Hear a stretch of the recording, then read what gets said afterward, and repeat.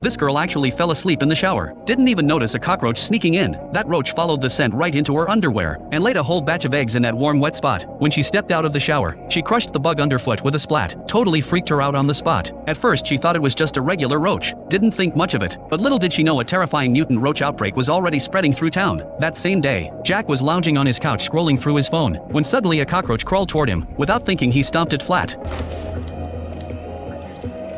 Staring at the gooey mess on the floor, he felt instantly sick to his stomach, but another roach saw its buddy get squished, and immediately rallied the whole crew to swarm him. Jack tried stomping them like usual, but this one was lightning fast. He chased it forever and couldn't kill it. He went to grab a drink to calm his nerves, opened the fridge and, holy crap, a whole gang of roaches were feasting on his leftovers. Determined to wipe out these disgusting pests, the next day Jack hit the store and bought a whole cart full of bug spray, but his neighbor Annie stopped him and said, "Regular bug spray won't do squat against these things." She took him to her storage room, and pulled out some custom roach killer. "Just spray it in every corner of your place. Even the toughest roaches won't make it past morning." Jack sprang into action right away, suited up and ready to exterminate. But when he opened the fridge again, all the roaches were gone. They must have sensed danger and bailed early. Still, he couldn't risk eating anything they'd touched, so Jack packed it all up and tossed it in the outdoor trash bin. But that one move actually sped up their breeding. That night, an electrician was fixing some wiring when he noticed the cables had been chewed through. Then a cockroach slowly crawled toward him. Before he could react, the thing lunged and bit his hand. This roach had evolved pincers, and they dug deep into his skin. He struggled hard to yank them out, wincing in pain, when an even scarier sight hit him. Thousands of roaches were swarming out of the garden. By the next day, the electrician was already a cold dead body. Annie examined the corpse and found his whole body covered in weird bite marks, swollen up way beyond normal, like something had been pumped inside him. What they didn't know was that his body had become a new nest for the roaches. The electrician's bizarre death sent shockwaves through the whole town. The sheriff rushed to the scene to investigate, but accidentally locked himself inside the warehouse. His banging on the door stirred up the roach army. In seconds, a black cloud of roaches charged at him. He tried desperately to escape, but it was too late. The sheriff was completely surrounded by roaches. A giant roach queen burrowed straight into his body, turning him into a fresh breeding ground. Meanwhile, Jack and Annie were dissecting the corpse, and finally figured out why it was so swollen. The electrician's insides were packed with roach eggs. That's when they realized the entire town was already overrun by mutant roaches. Jack rushed to find the sheriff and report what they'd learned, only to discover the sheriff was already unrecognizable. Now the mutant roaches had completely taken over the town. Their only hope was to get everyone evacuated ASAP, but as they went door to door warning people, hordes of mutant roaches poured out everywhere. Some residents were getting attacked outright. Jack and Annie burst into another house to find the man coughing up blood, frantically pounding his own stomach. Clearly he'd been infested by roaches. When they ran into the room, they found the parents had hidden their son in the car.